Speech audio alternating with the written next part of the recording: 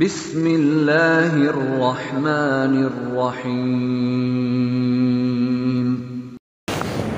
الحمد للہ وکفى وسلام علی عباده الذین اصطفى اما بعد فقد قال اللہ تبارک وتعالی فی القرآن المجید اعوذ باللہ من الشیطان الرجیم بسم اللہ الرحمن الرحیم وإلى مدین اخاهم شعیبا قال يا قوم اعبدوا الله ما لكم من إله غيره ولا تنقصوا المكيال والميزان إني أراكم بخير وإني أخاف عليكم عذاب يوم محيط ويا قوم أوفوا المكيال والميزان بالقسط ولا تبخسوا الناس أشياءهم ولا تعصوا في الأرض مفسدين صدق الله العظيم.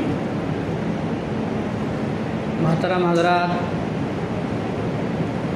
جو آیتیں آپ حضرات کے سامنے پڑھی گئی ہیں، ان آیتوں میں اللہ تبارک و تعالی نے حضرت شعیب علیہ السلام کی قوم کا قصہ ذکر کیا ہے. حضرت شعیب علیہ السلام اصحاب مدین کی طرف نبی بنا کر بھیجے گئے. مدین حضرت ابراہیم علیہ السلام کے ایک بیٹے کا نام، ان کی اولاد کو بھی مدین کہا جاتا ہے اور ان کے قبیلے کو بھی مدین کہا جاتا ہے. جس جگہ پر وہ آباد تھے اس کو بھی مدین کہا جاتا ہے. تو یہ لوگ اصحاب مدین شرک میں، بت پرستی میں مبتلا تھے اور دوسری بہت ساری برائیوں میں بھی مبتلا تھے. سب سے ان کی ایک خبیث عادت یہ تھی کہ وہ لوگ ناپ تول میں کمی کرتے تھے، ڈنڈی مارتے تھے. تو حضرت شعیب علیہ السلام نے سب سے پہلے ان کو شرک سے بچنے کا حکم دیا، توحید کو اپنانے کا حکم دیا. چنانچہ فرمایا وَإِلَى مَدْيَنَ أَخَاهُمْ شُعَيْبًا، ہم نے قوم مدین کی طرف انہی کے برادری کے ایک آدمی یعنی شعیب علیہ السلام کو نبی بنا کر بھیجا.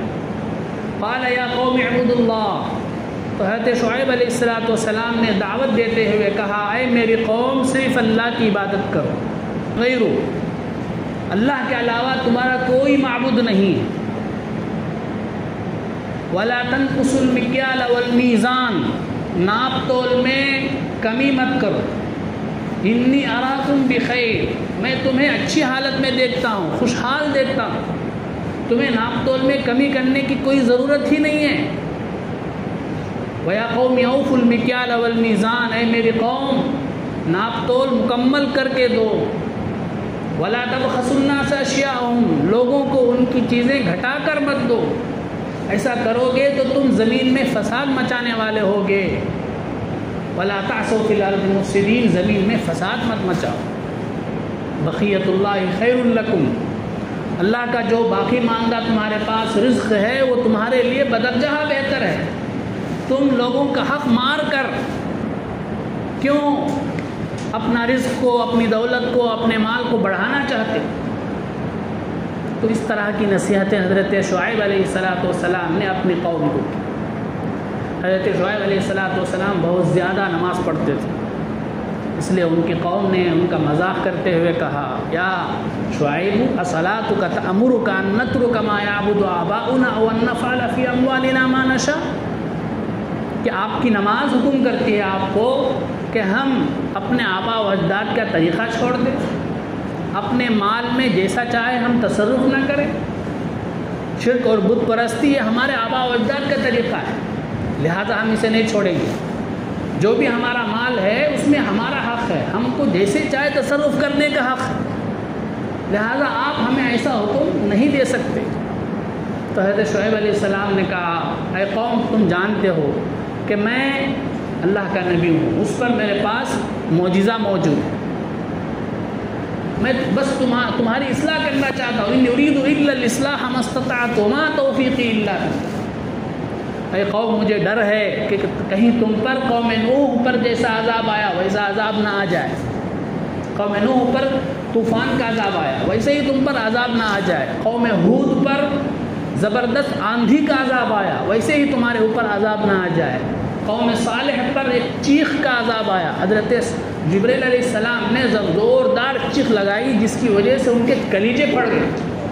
تو ایسے عذابات تم پر نہ آئیں، اس لیے میں چاہتا ہوں کہ تم میری بات سنو اور یہ جو خبیث عادت ہے اسے چھوڑ دو۔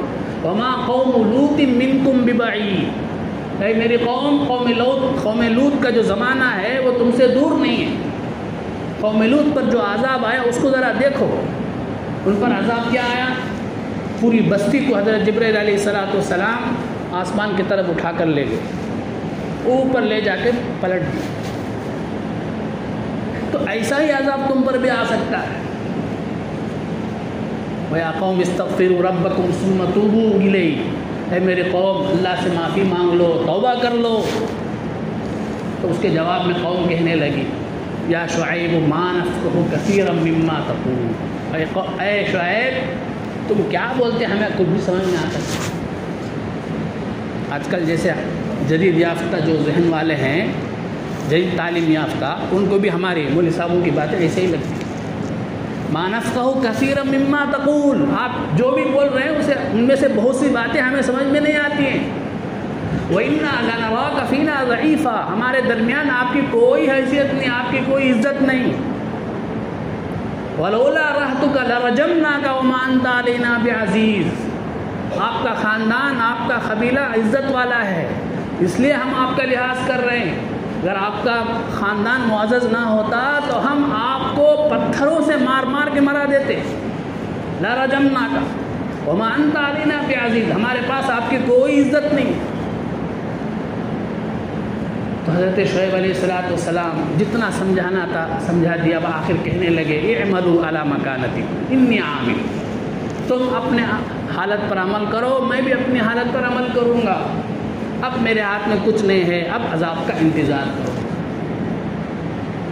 چنانچہ اب ان کے عذاب کے بارے میں آیتوں کے اندر 3 قسم کے عذابات منقول ہیں۔ ایک عذاب میں ہے کہ ایک آیت میں ہے کہ ان پر چیخ کا عذاب آیا، فأخذتهم الصیحہ، جیسے کہ یہاں ہے، اور ایک جگہ ہے فأخذتهم الرجفہ، ان پر زلزلہ کا عذاب آیا، اور ایک جگہ ہے کہ عذاب یوم الذلہ، ان پر ذلہ صاحبان کا عذاب آیا۔ تو بعض مفسرین کہتے ہیں کہ تینوں قسم کے عذاب آئے ان پر، نیچے سے زلزلہ کا عذاب بھی آیا، اوپر سے حضرت جبرائیل علیہ السلام کی چیخ کا عذاب بھی آیا، اور اس کے علاوہ اللہ تعالیٰ نے ان پر ایسی گرمی مسلط کر دیا کہ نہ گھر میں بیٹھ سکتے تھے نہ باہر بیٹھ سکتے تھے، گرمی، بے حد گرمی۔ اچانک کسی نے دیکھا کہ جنگل کے پاس ابر ہے، وہاں ٹھنڈی ہوا آ رہی، ایک آدمی گیا، 2 آدمی گیا، اب پورے گاؤں میں خبر پھیل گئی کہ فلاں جگہ ٹھنڈی ہوا آتی ہے، تو سارا گاؤں جو ہے اس ابر کے نیچے جمع ہو گیا۔ جیسے ہی سارا گاؤں وہاں جمع ہو گیا تو وہاں سے بارش کے قطرے پڑنے کے بجائے انگار کے قطرے پڑ گئے، سب کے سب جل کر بھسم ہو۔ تو بزرگ اور دوستو، یہ ہے قوم شعیب کا قصہ۔ ان کے اندر شرک بھی تھا، بت پرستی بھی تھی، لیکن ایک عجیب و غریب اور خبیث عادت یہ تھی کہ وہ لوگ ناپ تول میں جو ہے کمی کرتے تھے، جس کو تطفیف کہتے ہیں عربی میں۔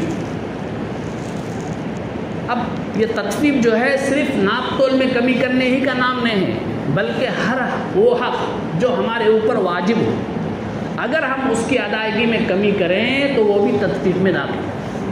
اللہ نے سورہ تطفیف نازل فرمائی، ویل للمطففین، ہلاکت ہے، بربادی ہے ان لوگوں کے لیے جو تطفیف کرتے ہیں۔ حضرت عمر رضی اللہ تعالیٰ عنہ کے سامنے ایک آدمی رکوع برابر نہیں کیا، رکوع میں کمی کیا، اور سجدہ بھی برابر نہیں کیا۔ حضرت عمر نے کہا لقد طففت فی الصلاۃ، تو نے نماز میں تطفیف کر۔ اس کے بعد کہا لکل شیء وفاء و تطفیف، ہر چیز کا ایک حق ہوتا ہے، اس حق کو پورا کریں گے تو وہ وفا ہے، اگر اس حق میں کمی کریں گے تو وہ تطفیف۔ تو اس سے معلوم ہوا کہ جو بھی ہمارے ہمارے اوپر حق واجب ہو، اگر ہم اس میں کریں گے، اگر ہم اس میں کمی کریں گے تو ہم مطففین میں داخل ہو جائیں گے، اور مطففین کے لیے جو وعید ہے اس کے ہم بھی مستحق ہو جائیں گے۔ مثال کے طور پر میں مدرسے میں ملازم ہوں، اب مدرسے کا وقت ہے 8 بجے جانا ہے، 8 بجے سے لے کے 12 بجے تک، اگر میں 8 بجے نہ گیا، 9 بجے گیا تو یہ بھی تطبیق میں داخل ہے۔ 8 بجے تو چلا گیا، 8 سے لے کے 12 تک مدرسے میں رہا، لیکن مدرسے کا جو کام میرے ذمے ہے پڑھانا، میں نے وہ نہیں کیا، تو بزرگوں اور دوستوں اس وقت میں بھی جو ہے مطففین میں داخل ہو جاؤں گا، یہ وعید میرے اوپر بھی لاگو ہوگی۔ ایک روایت میں ہے کہ ویل جہنم کی اس وادی کا نام ہے جس سے جہنم خود 100 مرتبہ پناہ مانگتی،